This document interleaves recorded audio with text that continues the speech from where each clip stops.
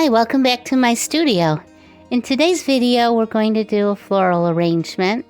So I'm just kind of starting off with plain clear water, and I'm using a flat brush that has a longer bristle to it, and it's actually called a stroke brush. So I'm just randomly, not really randomly, I'm putting water in. Didn't want it to be exactly in the center, so I kind of put it off to one side, and I'm just kind of placing my three main flowers. So I kind of do one really big, one in the middle, one a little bit smaller. So I do Papa Bear, Mama Bear, and Baby Bear. So I'm just putting some water in here, and I'm going to try to do some loose strokes with my stroke brush. So I have a rose color here. You see, depending on the way you hold the brush, you can make petals with it. Really nice, and it gives that nice curved petal. So this is kind of more, I don't know if it's an aster or chrysanthemum, you know, something kind of like that, with a lot of leaves. So not a specific flower even, I'm just kind of making it up. It's something that's just in my head. So I'm just kind of doing a lighter background on these. So the consistency of skim milk, I'd say, with my paint. And I'm just watching what the different angles of the brush do. So every time you turn your brush, and I'm turning it multiple times as I'm painting these flower petals, I'm kind of using it on the side, I'm kind of using it flat right to the paper. And it changes the different petal shapes. It's really fun to play around with. So experiment on a little bit of scrap paper first and see what those strokes will do. And I'm just dropping in some purples. I wanted to make my three flowers three different colors, but colors that go well together. So I'm using the purples and the blues and the rose with it. And I'm just kind of making them shaggy, and I'm letting them bleed together. So it's all wet on wet. I'm just getting a base for my flowers here. I'm going to do a lot of work on top of the flowers. I'm going to use a little bit of my ink, and I'm also going to use a little gouache with it. So I'm going back to my first one while it's still wet, and I'm just dropping in some red. It's kind of an orangey corally red. And I'm just putting it where I think there might be some darker shadows in there. And now I'm going to add in some little smaller flowers on a different angle. So I want them to be looking on different angles, so they're not all lined up straight like soldiers. So I'll put a smaller one up there. And then I'm going to put another one on here right about there. I want it to be kind of more of a curve shape, so right at there. So if I'm looking at that one I just did, the purple one on the top right hand corner, it's curved from that one. And I'm going ahead and putting that red violet in there, in this one here. And just playing with my brush, getting those brush strokes in. I put a little bit of rose in this one. And I want them to angle outward. So some are looking up, and some are looking to the side, and some you're looking at straight on. And when I go ahead and put the foliage in there too, that's going to help the composition. So I want to get some deep colors in here, so the tips of the flowers are probably lighter and deeper into the center. I got some magenta and some purple. I don't want to fill it in completely, so I'm leaving some lighter areas for highlights, like where it's catching the sun. And here I'm going to put some more of that purple in there. It's actually cobalt blue. It's kind of a purpley blue. And put that in there. So it's kind of looking like a petunia right now. So maybe a little shaggy for a petunia, but a wide open flower.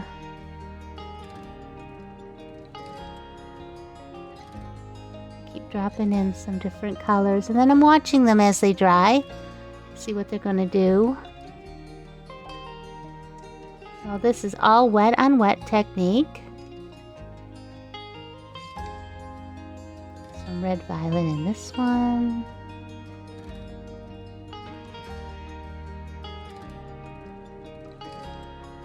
And then some of the orangey red in that one.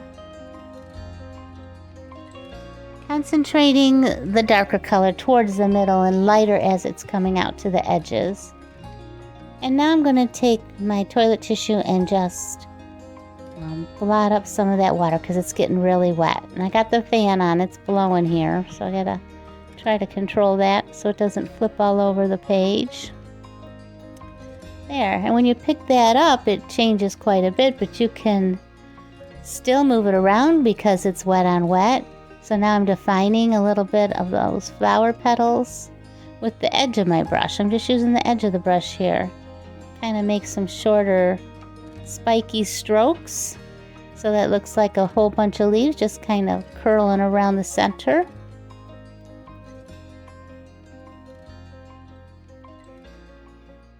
And it bled into that one a little bit, which I like.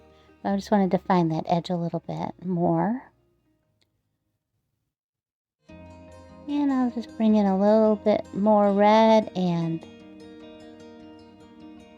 using the corner of my brush, kind of curving those petals as I go along and then having them come straight out to the edge of my paper there.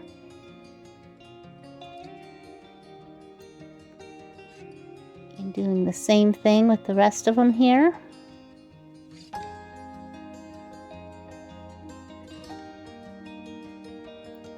I really like the way that bottom one is drying. That one I think looks really pretty.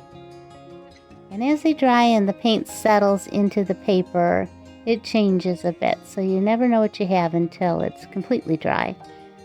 And then you also have to remember it's going to dry much lighter.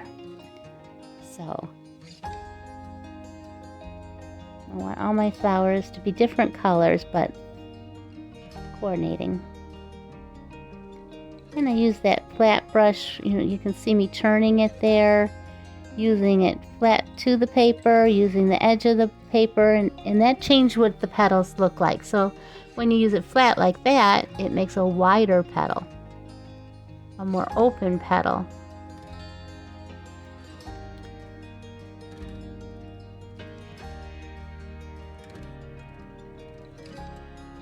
And now that there's not as much water on the page, because I sopped it up a bit with the toilet tissue, I can control what paint is on there but still do the wet on wet effect so that that paint is always moving. And you can't leave well enough alone, so I come on back to the one that I really liked. But I wanted to have it kind of more open on the bottom there. And I'll put some of those little petals back in.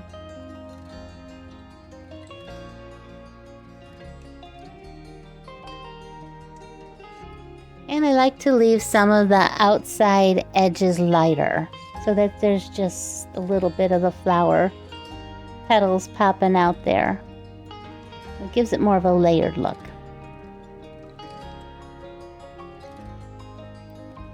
And I did the same thing. I kind of brought that bottom part out more. And now I'm going to come in. And I'm using kind of like a grayish blue color here and just adding some stems.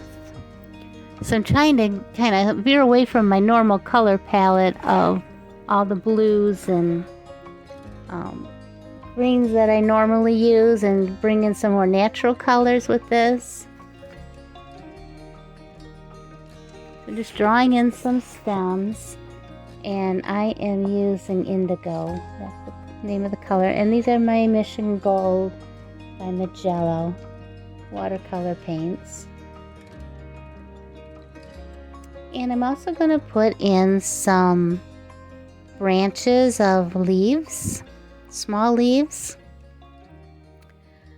So I'm just kind of placing those right now, seeing where they're going to be. And this also is going to show me where I have some empty spots that perhaps I want to put more flowers in. So I'm going to go ahead and paint the leaves in.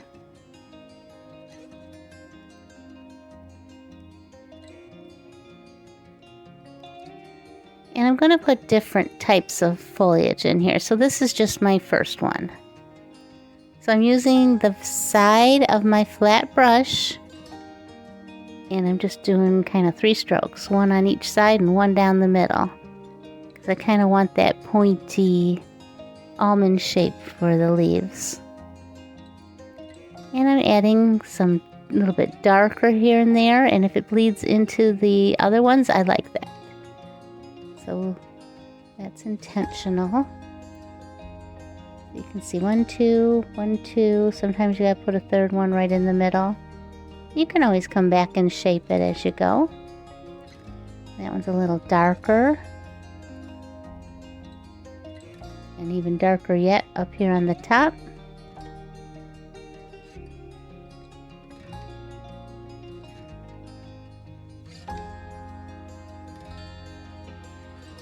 Now I'm just gonna go around and put all of my little petals in.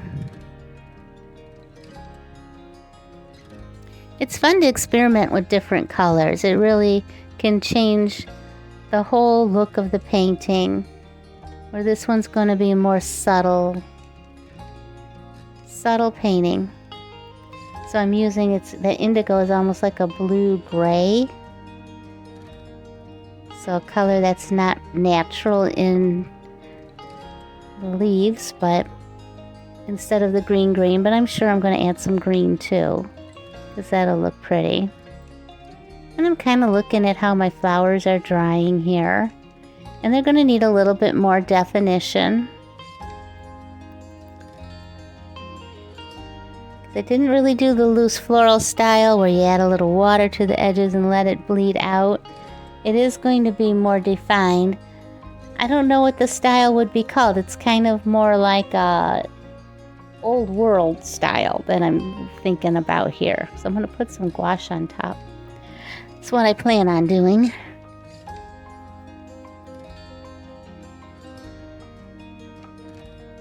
And I'm just trying to see. There's a lot of stems here. Which ones need leaves and which ones are stems? So I guess they're all stems, but I'm going to have to add some leaves to the stem. I'm going to come back, and I'm just using a fine brush here just to kind of put some branches for the little leaves to come off of the flower stems. I went back to my square brush, but it's a smaller one, and I wanted to do this kind of leaf shape, something a little different. I've seen that before on plants, and I love the different shapes of leaves. In my garden, a lot of the plants that I choose to grow is because the leaves are unique. So I think that would be fun to put in my painting here. So I'm just using an olive green, which has a lot of yellow in it, just for some contrast, because everything else is very cool and kind of on the gray tone with the other leaves. So this one's a little bit brighter and more yellow. So it's a warm, nice warm green. And I'll have them overlapping a little bit. And I like to have my leaves kind of curve with the flower shape, because if you make it too straight, they look too placed. They don't look natural. And again, I'm doing some lighter ones and some darker ones, and I'm doing smaller and larger. Give it a little bit of interest here.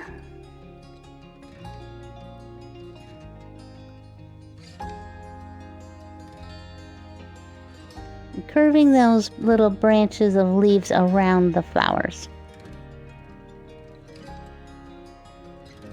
Give it lots of movement.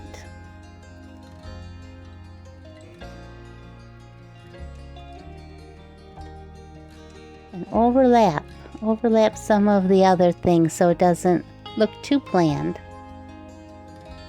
And I like it when you can see what's painted underneath it.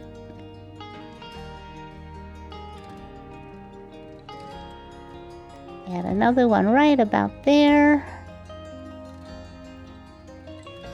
And we'll have to put some more on the other side too. Oh, can't forget this one right in the middle. There's always like one spot in the very middle of the bouquets that, you know, I always have to try to figure out how to fill it in. So in this one, I did start out with putting the flowers tighter together to fill that spot, and then I can just have some leaves peeking out. Some lighter ones over on this side.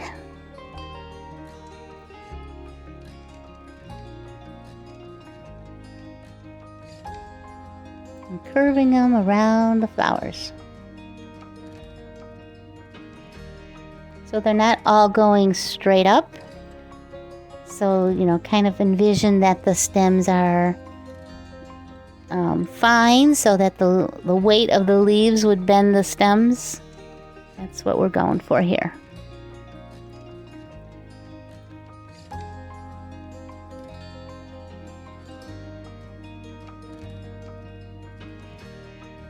I like the layered effect we're getting.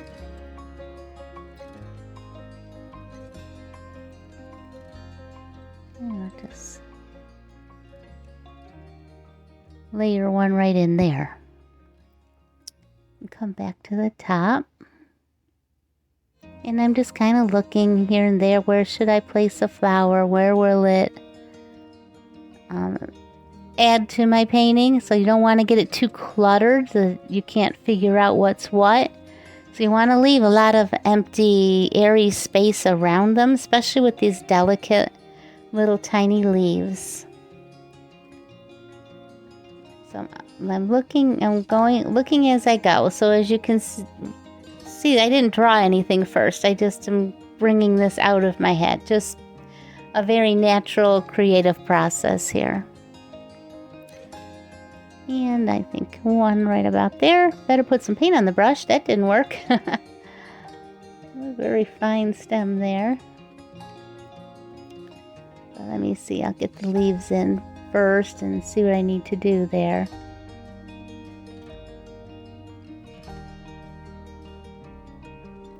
I just am doing a double brushed here, one in each hand. I was thinking I need to do some little teeny tiny, almost fern-like leaves.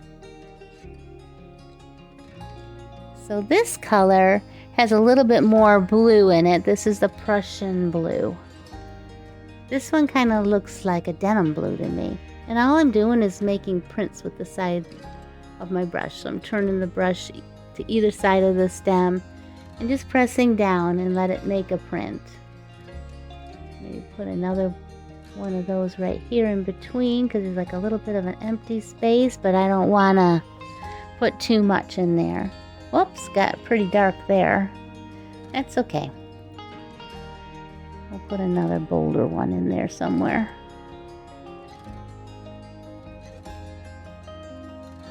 And we'll find one.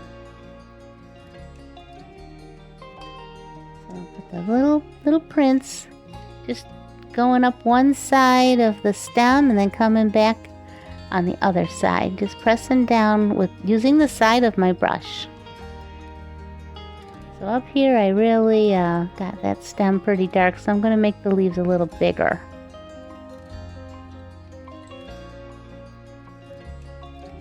So when you make a mistake with watercolor, you really can't cover it up, so you kind of have to adapt. So you're going to, I'm going to dab a little out and make it a little lighter.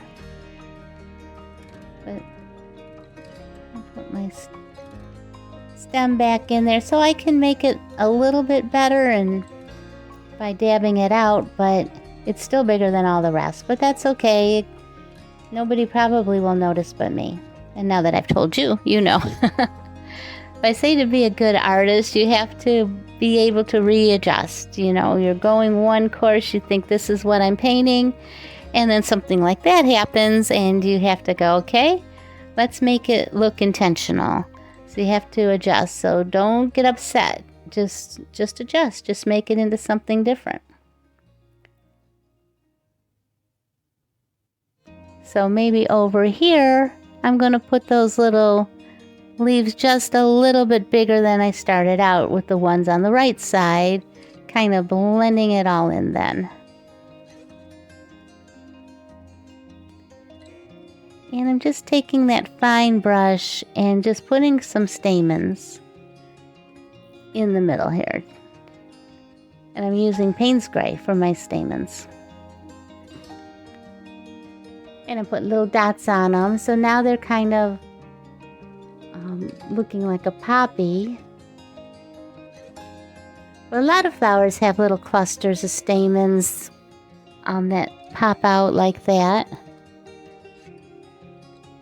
So we're not going to name these flowers because they're a combination. I'm just playing with the thing. I was thinking petunias, but petunias have some stamens, but not that much. I really do like stamens. So I am putting a bunch in here. And in the darker flowers, I'm doing it a little bit more heavy-handed. You can't see them as much in the darker paint. Little dots, just using the tip of my brush.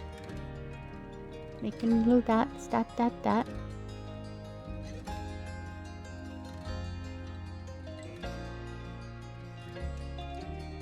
And I'm going to do the same on the other one there. Okay, now I've got my micron markers out, so I'm going to put some ink in there. These are black. And I'm using a number 12, so I'm going a little bit bolder. And I'm going through and defining these petals, just from what I see in my paint strokes.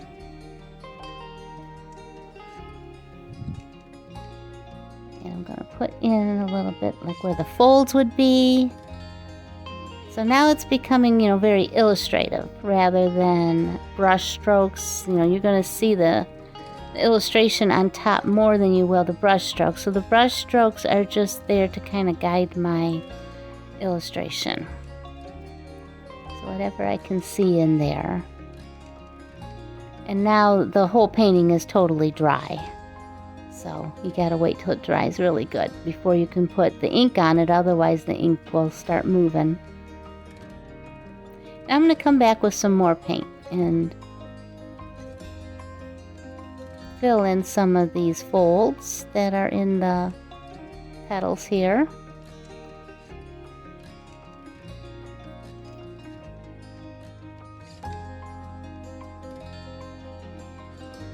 So this would make a nice greeting card or even a t-shirt. It would look pretty on a t-shirt. Kind of beef up those stamens a little bit more, because now that I have all of the lines going around the flowers, the stamens get a little bit lost. So I'm just drawing in those petals and not necessarily staying in the lines. If I think it needs to come out a little more, I just go ahead and draw it. Just a fun illustration.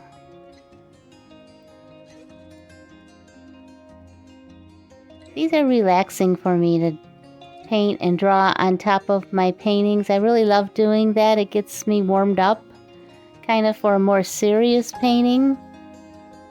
And I just love making just kind of fun cards and just something that's just happy.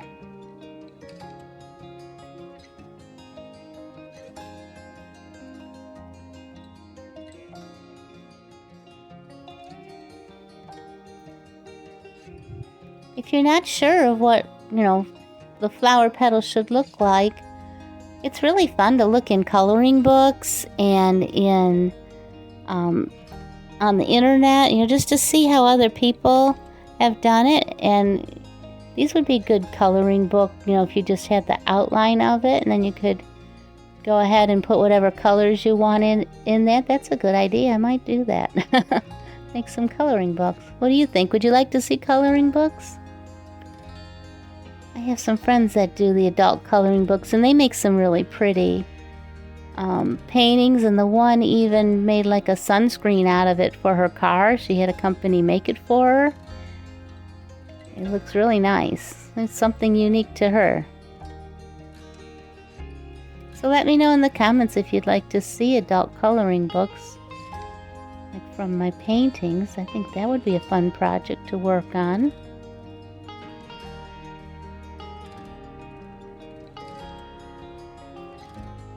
I'm just continuing on here. It's a little harder sometimes in the darker ones, just because you know, can't see the subtleties of the paint as much if I didn't have a lot of contrast.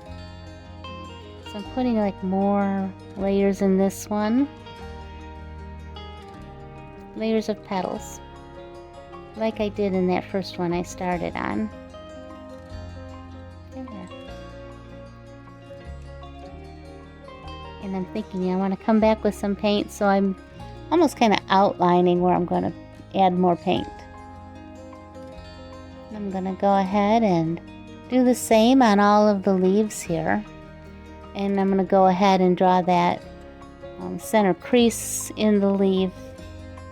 And outline my little tiny little leaves here. My little something like a fern. My something like a fern. And remember, some overlap and some are going to be underneath. So think about that when you are going over it with the ink, because now that leaf that's underneath this stem, I'm going to want that to remain underneath, and I want to not draw right through the previous leaves. So you can see I'm kind of going around them. And I have to decide, is that on top or is that underneath? And I think I will put that on top.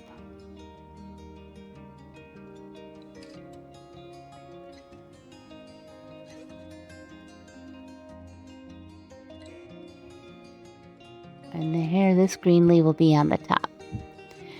So it's nice to mix and match, not mix and match, but mix up what's underneath and what's on the top in the same branch. So I have one on top, one underneath there. So they look natural, like they would grow in nature. They would kind of weave right through.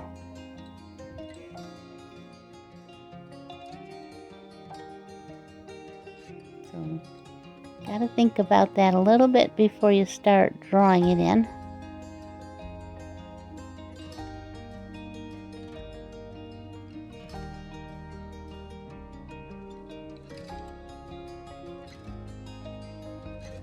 And these ones will be behind.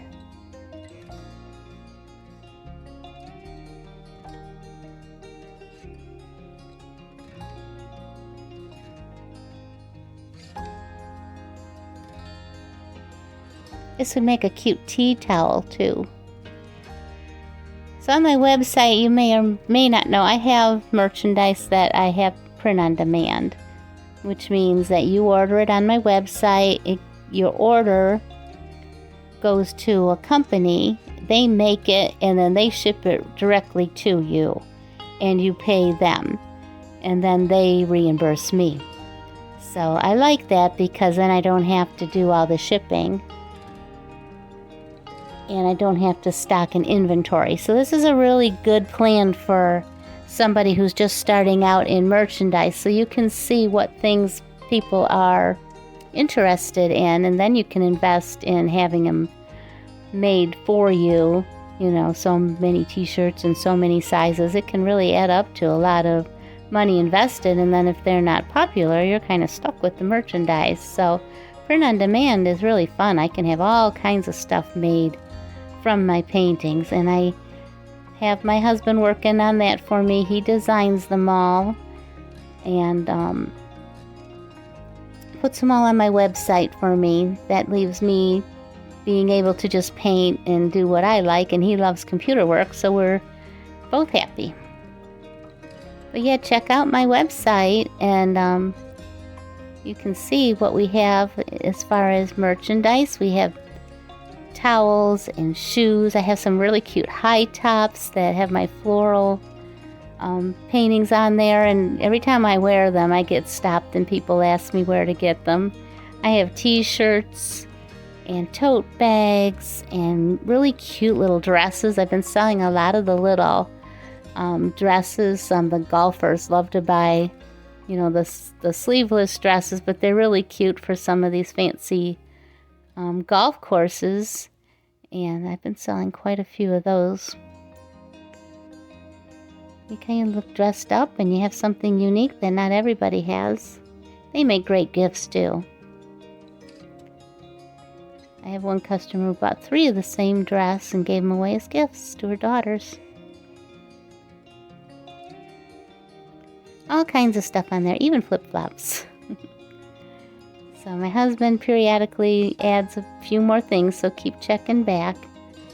And also I have my original paintings that I'm doing here for you and some other ones on my website, so that's where I sell those. So I'm just continuing on, outlining my leaves.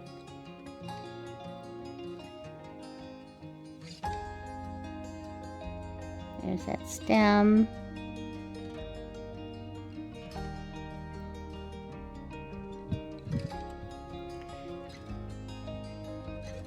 Yeah, that would be a cute kitchen towel. That's the next thing we're thinking about having made. Cute little tea towels.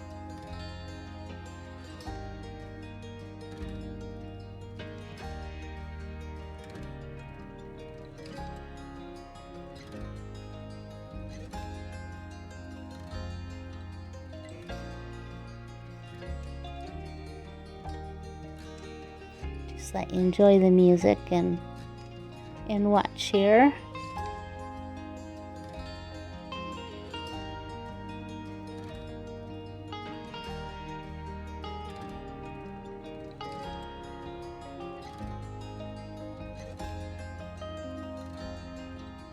Let me talk a little bit about the micron markers that I'm using here. These are acid-free and archival, so they're good to use onto a painting. They're more color safe, so they're not going to fade away as fast as like a lot of other markers. You really shouldn't put your watercolor paintings in the sun or any direct light. It takes a long time, but over time it can kind of fade your painting. So these inks are highly pigmented and they hold on to their color. So I really like the micron pens here. I also like Posca. Posca is actually paint. It's acrylic paint in a marker. So this is ink in this one.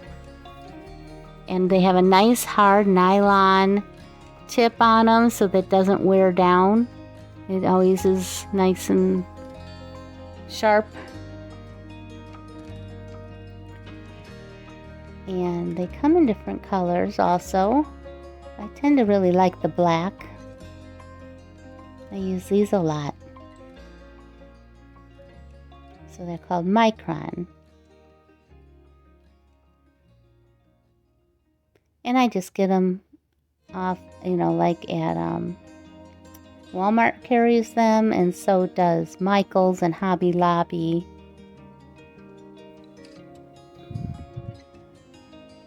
They're really nice.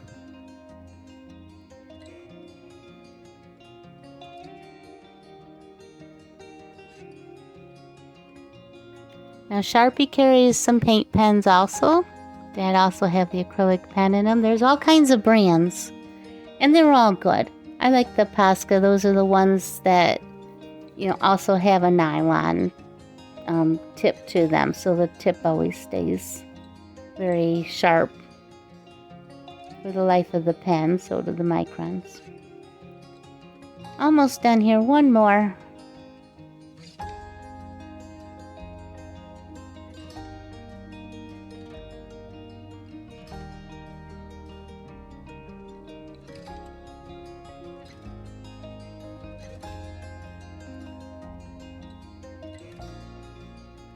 So now just kind of draw the little center lines in there. That'll go quick, just on these bigger petal or leaves. So I wasn't going to do that at first, but I like to define them more from the little tiny ones. So I thought, yeah, let's do that. So you're always adapting as you go along.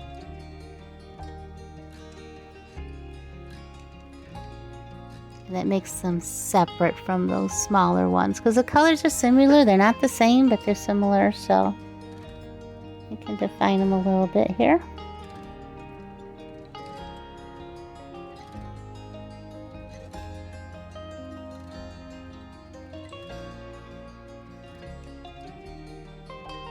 Of course, it's up to you how much detail you want to draw on there. And what's the purpose of your painting? Would you like to have a painting to hang on the wall? Or, you know, like I said, for merchandise or cards or towels? Or I do a lot of shows, and that's, you know, what I sell at my shows, stuff like that. And I do the art fairs to sell my original paintings and my website.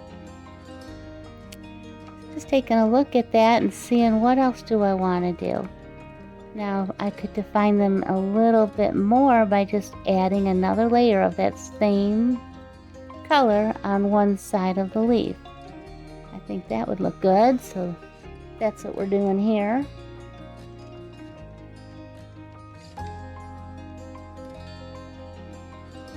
You could use a different color too if you wanted to. But that really makes them look like they're something different than those finer, smaller ones. So it's not only the size, but it's also, you know, the color and more detail. That's really going to make them stand out. And I think as I'm going along, that one that ended up too fat, it's kind of blending right into the whole bouquet. It doesn't stand out as much because you're seeing all those details in the branches that are next to them, and you're not noticing it that one is bigger. So I think that's fine. I think we've rescued it.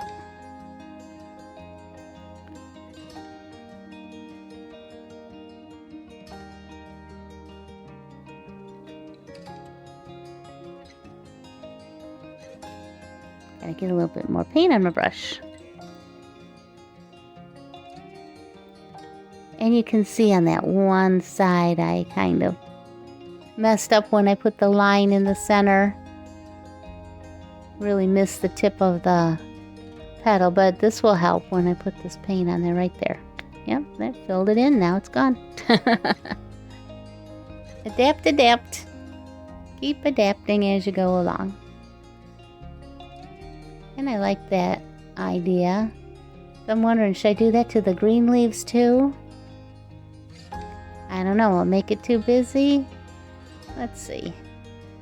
Oh no, I like it. So I chose a greener green. So I had the olive green, that's the first layer.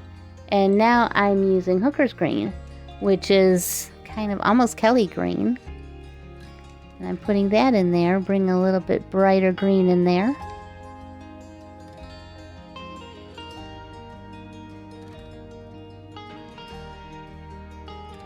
I think this is kind of like I call it an old world style. It's like something I've seen from my German ancestors. Like my grandma might have had something that looked kind of like this. I don't know, maybe it was in a print on a dress, or some kind of memory is popping up with it for me.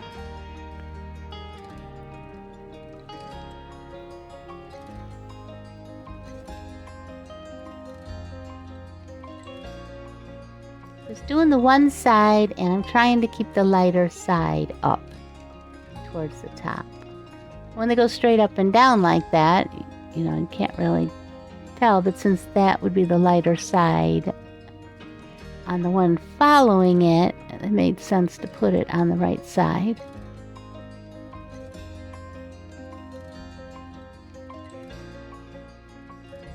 So I'm putting this darker on the bottoms.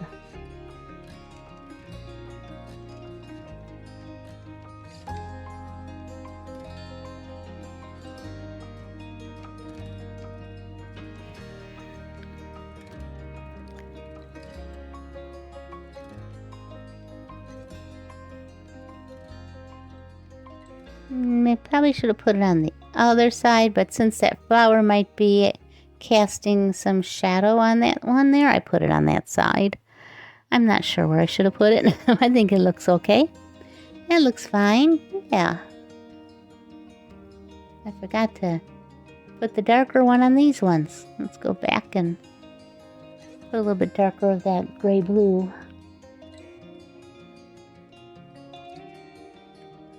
So you always got to keep looking at it. You find things. Missed that one totally. No problem. There it is.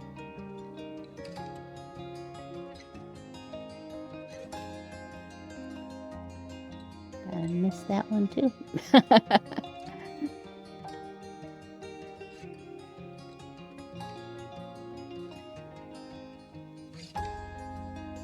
Okay. Got a little bit carried away there, so just blot it up a little bit. There. Now we could leave it like that. It looks pretty good just like that, but I wanted to come back in a little bit more. Darken up some of those folds.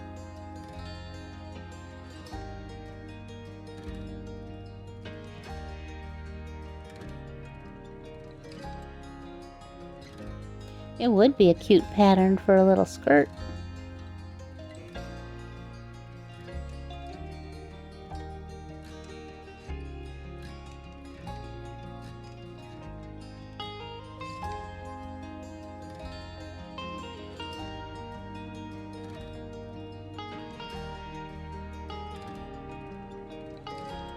It's fun that you're able to do different things than just a painting with your painting.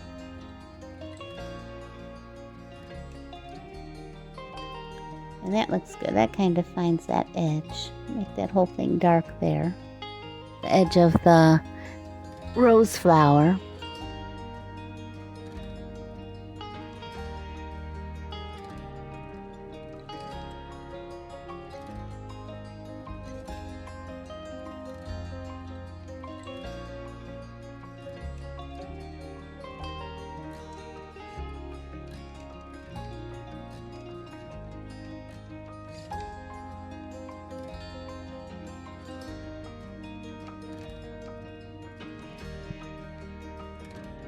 Make that one belong to that purple flower by putting that darker color there. It was a little confusing.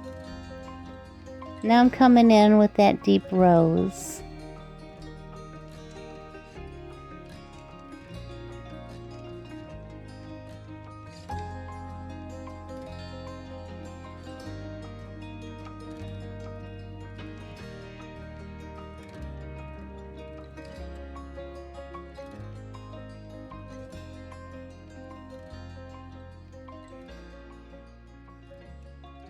Doing the same thing, kind of accentuating the folds of the petals.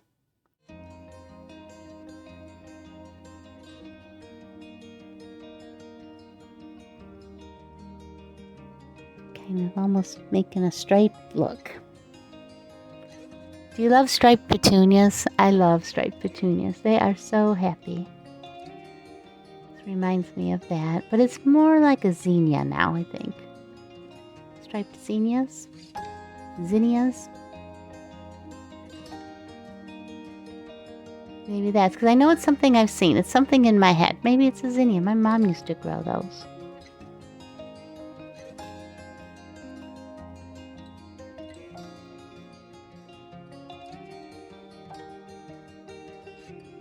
And I'm going to use the purple here.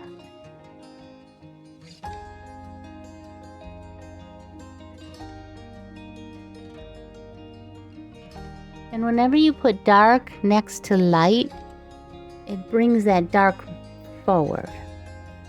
So the light will kind of go into the background. And the darker will bring it forward.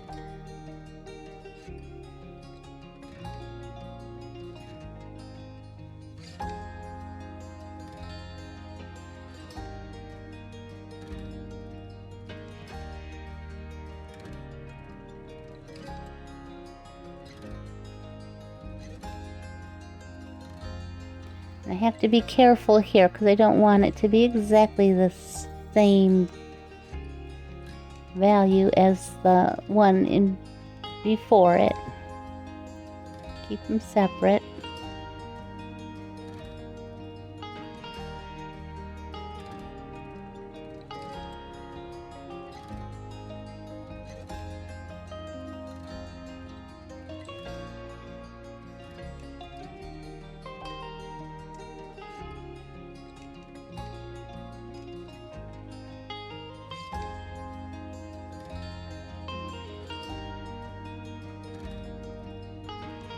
Almost done. Let's do this last one here on the bottom.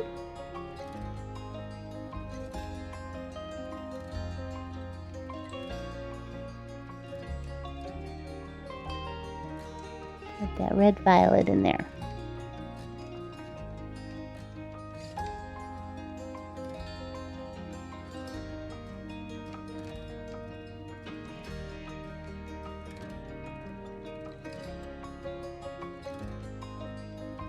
Watercolor paint is so fun. I love the techniques and how to use it, but the colors are just so lush and just saturated, highly pigmented. And I love that they're transparent so that you can see a little bit of the colors underneath poking through, or the colors that you've blended together is, you know, they just blend so softly and smoothly together.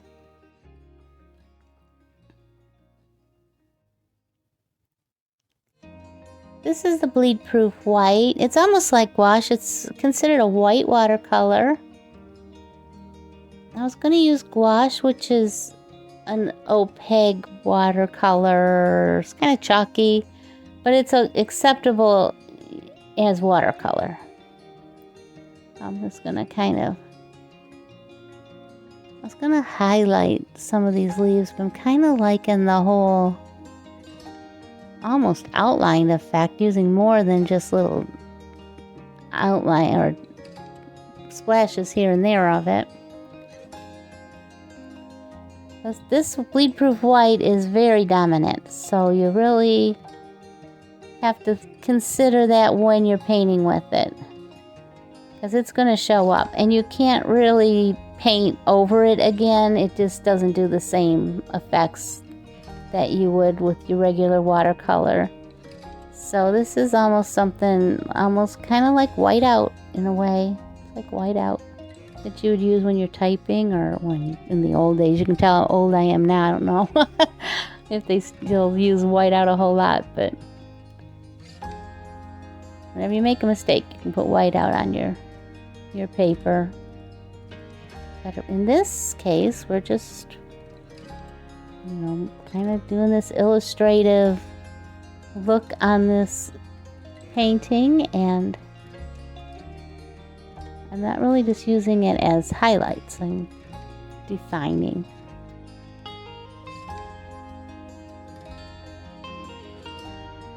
Defining petals.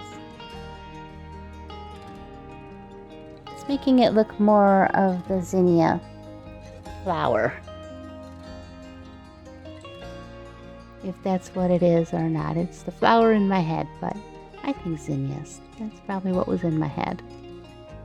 And as I'm painting, I'm softening some of the black lines. If the white ones will carry the definition, and I can just use the white and soften a little bit of that black, I like that effect.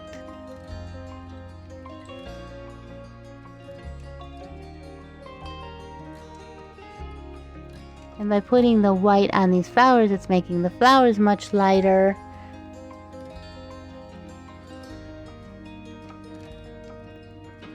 So that wakes it up a bit.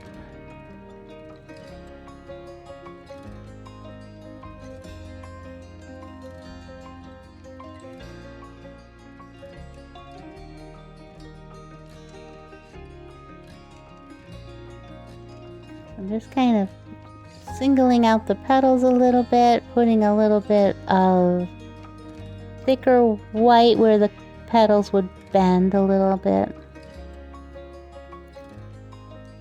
I want to make sure I keep my darks where I need my darks, so that's something else I gotta think about as I'm doing this. Kind of define that dark petal there.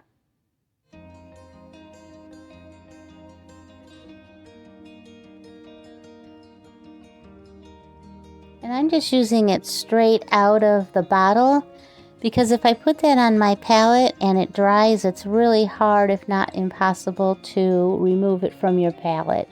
So it doesn't reactivate like regular watercolor paint does. This has titanium in it, and that's like the main thing that it is. And when it dries, it's harder to get it off of your palette. So regular watercolor, you just spritz it with the water bottle and wipe it up with a paper towel and it's off. But this, you gotta kind of scrub on it. So I just make a little well right in the center of my little jar of bleed proof white, so you can see that's really liquidy in the center, because I've added a little bit more water right there. And I kind of use it from that center and then wipe it a little bit on the edge of the bottle to kind of tell me how much white is on my brush. Once you use it, you'll know what I mean. But this is made by Dr. P.H. Martin. Doc P.H. Martin. Bleed proof white. You can get it in any craft store. I've gotten it at Michael's and Joann's, and I've ordered it on Amazon. It's very easy to obtain.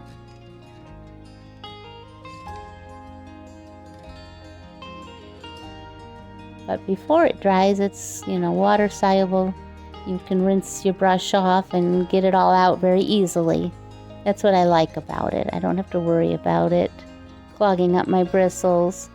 So I've used my nice brushes with it and not had any problems as long as I rinse them very well.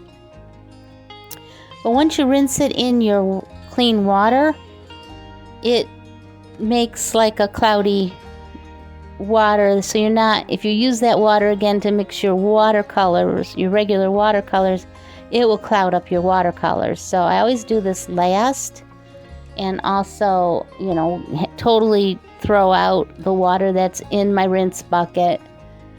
I don't use it again to mix my watercolor paints with, because it will make them milky, chalky.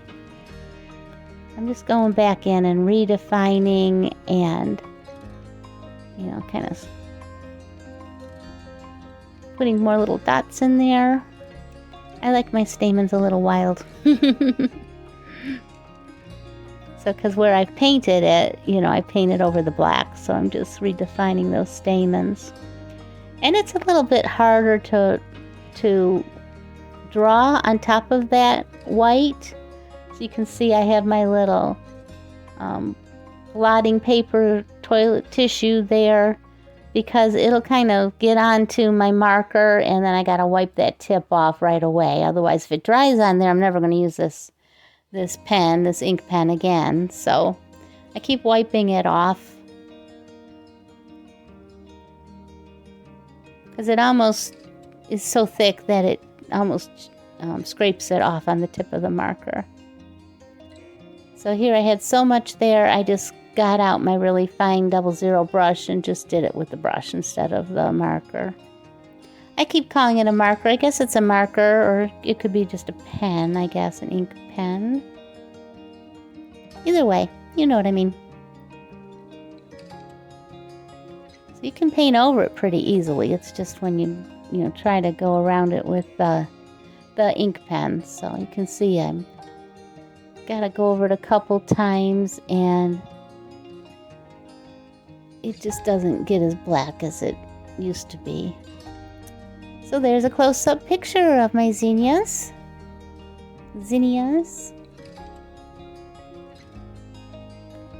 And I've signed it there. And there you have it. That'd be a cute little tea towel, wouldn't it? Let me know in the comments what you're getting out of my videos here. And thank you so much for watching it all the way to the end. I appreciate you so much. If you want to subscribe and press the like button, I'd appreciate that. If you haven't already, it helps my YouTube to expand, I guess. Okay. All right. Thank you so much. And until we meet again, I hope your world's filled with peace and love. All right. Bye-bye.